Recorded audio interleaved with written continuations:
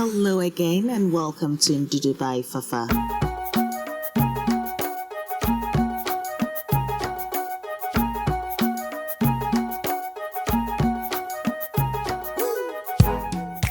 My name is Fafa Gilbert and welcome to my creative African cooking channel Ndudu by Fafa. Today on the menu, I do have something rather exciting. I have the classic Ghanaian donut recipe and it's the dry version. Donuts are quite popular in Ghana, especially at breakfast, where one would enjoy it with some cocoa. Now, you would find the cocoa recipe in one of my previous videos. Now, we also refer to the donut as Togbei, Bofrot.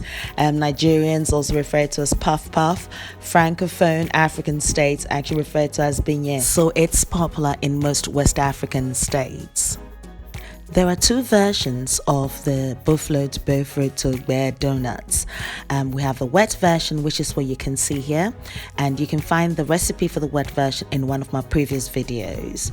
But today I'm actually going to be making the dry version. So now let's start cooking. To start off, we do have our grated nutmeg, plain flour, salt, sugar, natural yogurt instead of milk, but I explain later, and our yeast. I've also got some warm water which I'll be using in binding this together.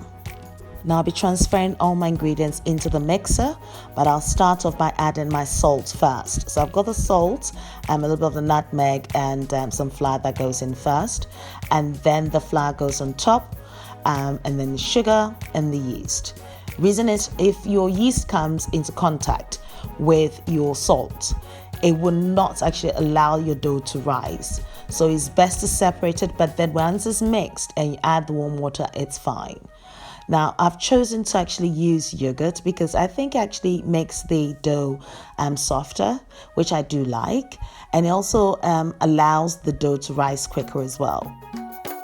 I've tried and tested this recipe a few times, and I'm happier using yogurt than to milk.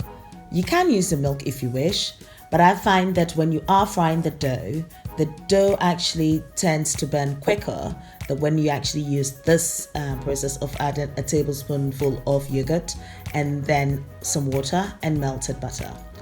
Now, I'm adding the water gently because I just don't want my dough to be too wet. So I'm adding all the wet ingredients. I've melted my butter and I'm adding the melted butter now. So yet again, I'm just mixing everything just gently. And whilst I'm looking at this, I know I do need some more water. So I'm increasing the speed a little bit. And now I'm going to introduce some more water to this. But please note that you add in the water gently. You need to watch what you're doing, and just when you see that it's enough and the dough is combined, like it's well combined, you know that's enough. So allow it a little bit of water and then just allow it to spin, and immediately it starts coming off the edges. You do know your dough is perfect. Now you can read your newspaper, or you can just watch the spin round and round and round. I think the newspaper sounds better, doesn't it?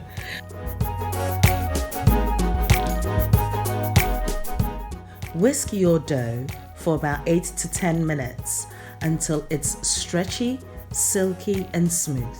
Then you know your dough is just perfect. It's ready for us to rumble. Now, if you're actually using your hand in mixing this, use a mixing bowl so you mix everything to form the dough. And then on a floured surface, you place the dough, and using your palm, you add the pressure and pull it away from you. So that's how you activate the gluten in the dough. Now that you've achieved the perfect texture for your dough, oil your pan. This would allow the dough not to stick to your pan when it does rise. So once you've oiled it, I've just used a little bit of vegetable oil, or you can use some butter, not a problem. Place your dough back into the bowl, and now I'm going to cover it with a cling film. If you don't have access to cling film, wet a napkin in warm water and cover the dough with your wet napkin as well. Now you need to place your dough in a warm place for it to rise. Now there's a trick that I use, because this is how I actually get my dough to rise within about 35 minutes. So I actually heat up my oven, and then I switch the oven off and I place the dough in front of it, and that residual heat actually activates the yeast and the yogurt and allows my dough to rise quicker. As you can see, my dough is now risen and doubled up in size. Now if it's sunny outside, you can place your dough outside as well, not a problem. Now my dough is actually ready for me to shape into my little balls. Transfer your dough to a flat surface and roll it into a baguette shape.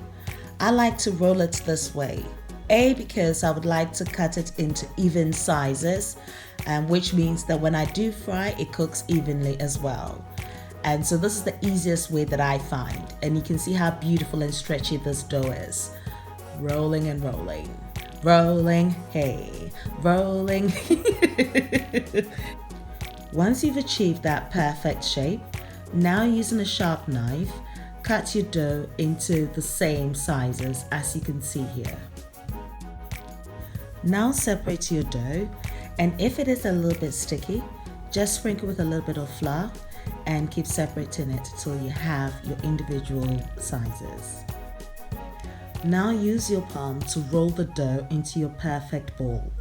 Now if you are having any difficulty in having a smooth ball, use your fingers to actually manipulate the dough. And once you form that ball, smoothing the edges of it by rolling it in your palm, and you have that perfect ball there. So repeat the process till you've actually done that to the balls. To the dough balls, okay. Okay, no, to the dough balls. Yes.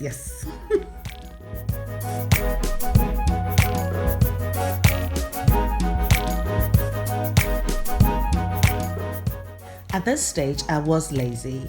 Instead of me getting like a baking tray, which is a perfect heat conductor, I decided to actually, just use my surface, forgetting that the surface was cold and, even though the heat was coming at the top, it would just take forever for this to rise.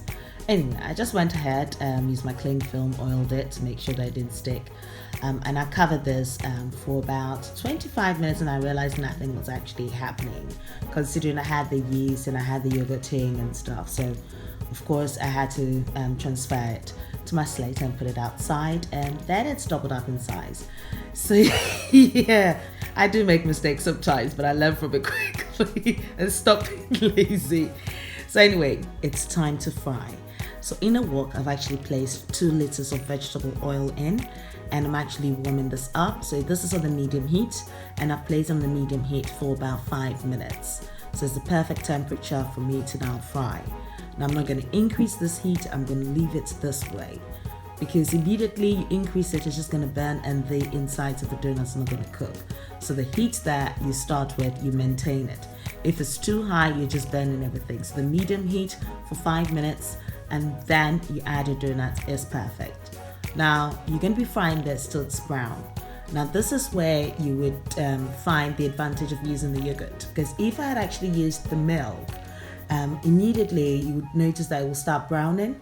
But with this, it's taking a while to brown, which means that it's cooking perfectly inside as well. So now using, I'm just using my wooden skewer here.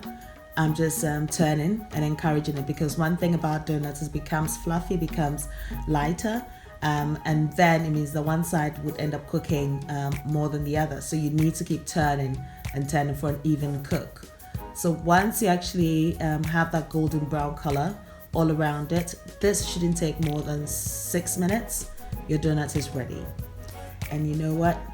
I don't even want to have this with anything else. When it's just hot like this, I just want to eat it like that. Just like that.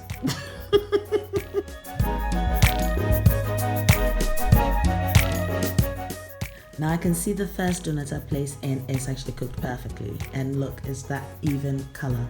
Now because I've actually also used the yogurt, and because it's allowed it to rise as well, it enables it to rise, it has this lovely cracks on the surface, but it's all crunchy. Trust me, You bite into it and it's just like,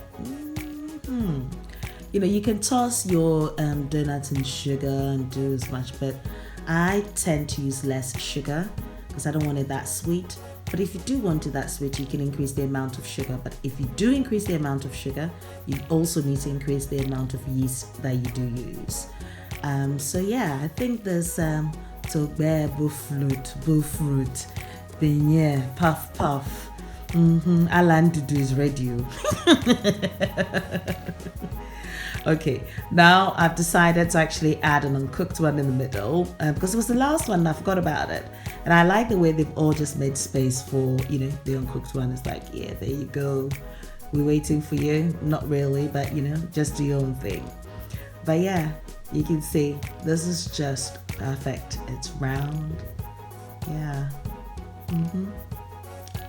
This is not any other food though. This is Ndudu and Kasa. Ndudu ntontonto enye ya. Ni na ko no na Banu yeko. Uye wami yo. Izban wabano. Banibizi ai.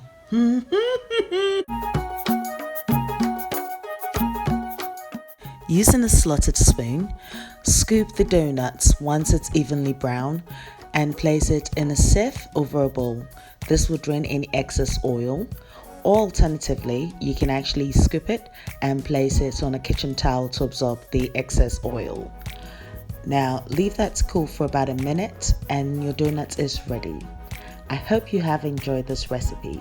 You can find the full transcript of this recipe on my blog indudubyfafa.blogspot.com. And if you're happy with what you've seen, do not forget to click that subscribe button, like the video, share if you can with your family and friends that appreciate it. I'm also available on Facebook, Twitter, and on Instagram as Ndudu by Fafa.